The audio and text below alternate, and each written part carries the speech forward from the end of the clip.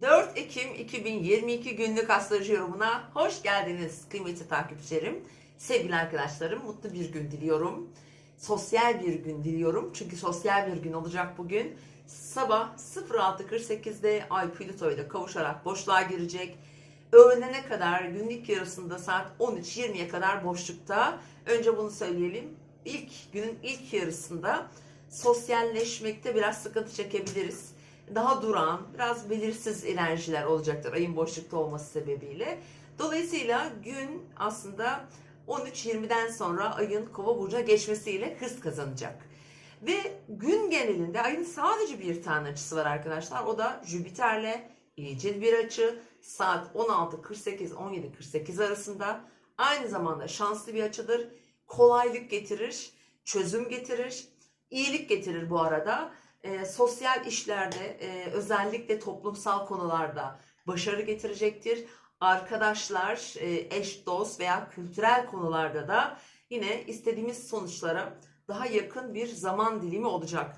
Bugün buna eşdeğer 3 tane saatimi hemen ilk önce bakacağım ve size vereceğim ve ondan sonra bugünü size daha detaylı anlatacağım arkadaşlar. Bugünün ilk verimli saati olabilecek saat, fakat ayın boşlukta olduğunu tekrar hatırlatıyorum. 8.51-9.50. Sabahın bu ilk saatlerinde ayın boşlukta olması sebebiyle aslında durağan, hani herhangi bir girişim yapmak, bir şeye başlamak için çok tavsiye etmem bu saati, fakat güzel bir saat.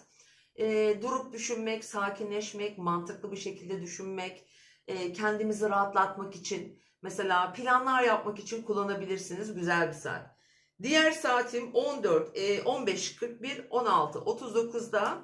Evet, tam bu saatlere ayın Jüpiter'le bir seksili denk geliyor. Yani şanslı bir saat bu saat.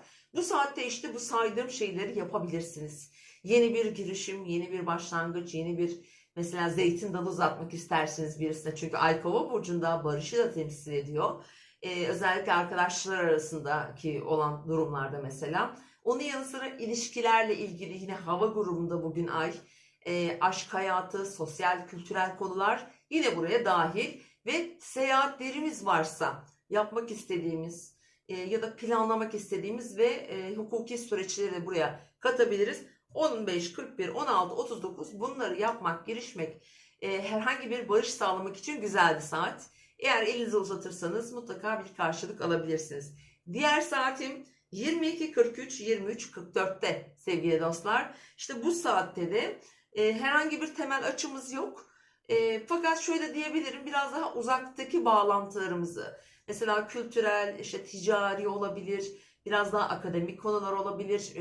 Mesela bir hukuki sürecin ilerlemesiyle ilgili bir bilgi aktarımı, paylaşımı gibi düşünebilirsiniz. Ya da uzaktaki sevdiğiniz birileriyle görüşmek, bir yine barış sağlamak için kullanabileceğiniz güzel bir saatimiz olacak kıymetli dostlarım. Umarım saatleri beğeniyorsunuzdur. Yorum yazın lütfen. Eğer bugün için mesela veya daha öncekilerde hani bir geri dönüş belirtirseniz memnun olurum sevgili dostlar. Şimdi arkadaşlar, bugün Ay Kova burcunda ve gökyüzünde önümüzdeki 2,5 gün, bugün öğleden sonra dahil olmak üzere bir hava üçgeni kesinleşecek. Nasıl oluyor? Çünkü Venüs Güneş terazide, Mars ikizler burcunda. Hava üçgeni bu 2,5 gün yoğun bir şekilde bizi etkileyecek. Bu güzel bir şey arkadaşlar. Çünkü hava grubundaki eksiklik özellikle son dönem, yaşadığımız son dönemde bizim için bir dezavantaj. Çünkü hava eksikliği, hava elementinin eksikliği ya da diyelim özellikle adaptasyon sorunu, uyumlanma sorunu, işte alışmakta, konsantre olmakta diyelim, biraz daha zorluk verir olmadığı zaman. Ama hava grubunun yoğun olduğu 1-2,5 gün olduğu için bu bizim hayatımıza bazı avantajlar getirebilir.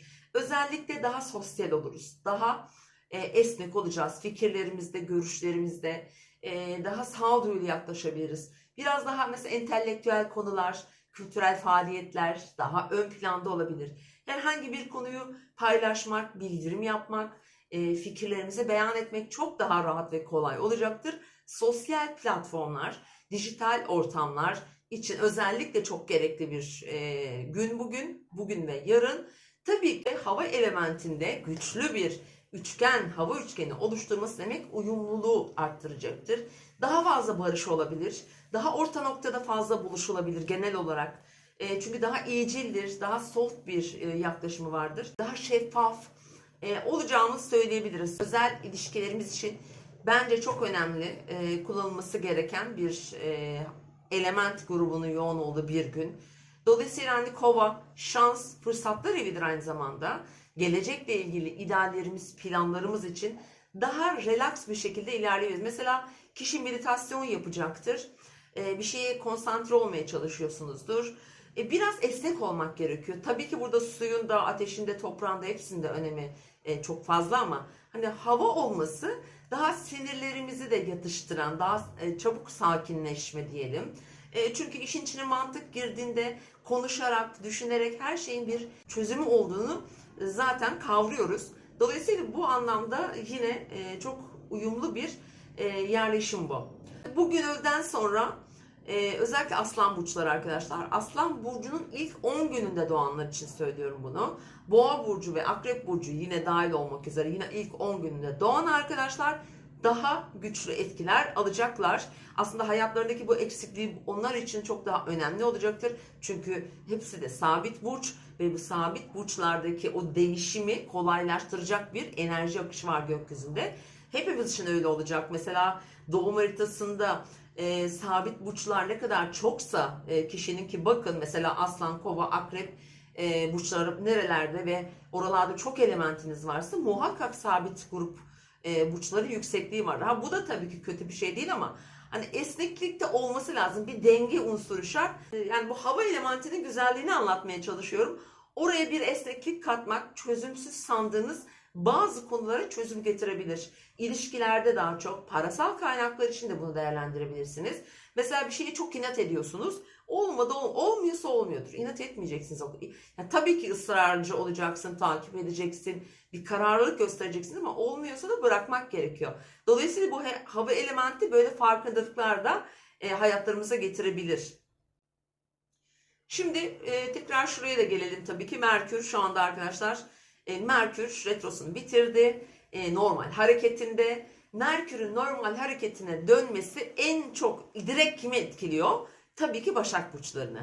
Başak burçları, Boğa burçları, Oğlak burçları nispeten daha hızlı bu etkiyi alacaksınız.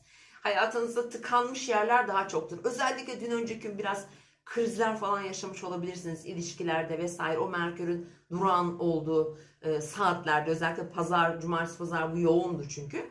Şimdi ama bugünden itibaren daha relax. Gökyüzü de buna izin veriyor.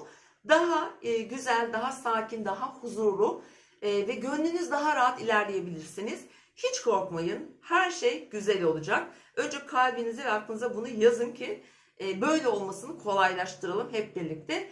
İkinci olarak Merkür'ün etki yapacağı özellikle burçlar mesela Yay, İkizler ve Balık burçları.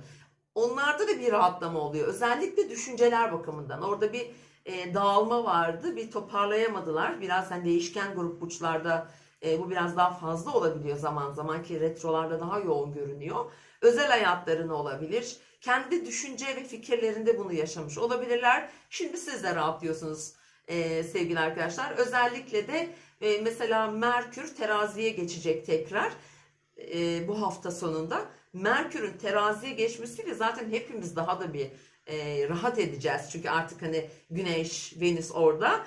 Merkür de onların yanına geçtiğinde bu uzlaşma dediğimiz alan daha güzel çalışacak. Sevgili dostlarım. Evet, kıymetli dostlarım, bugünlük benden bu kadar. Yarın yine görüşmek üzere diyorum. Yorumlarınızı, notlarınızı bekliyorum. İzlediğiniz, takip ettiğiniz için teşekkür ederim ve kanalımıza yeni gelen arkadaşlar hepiniz hoş geldiniz diyorum. Kendinize iyi bakın, mutlu bir gün diliyorum.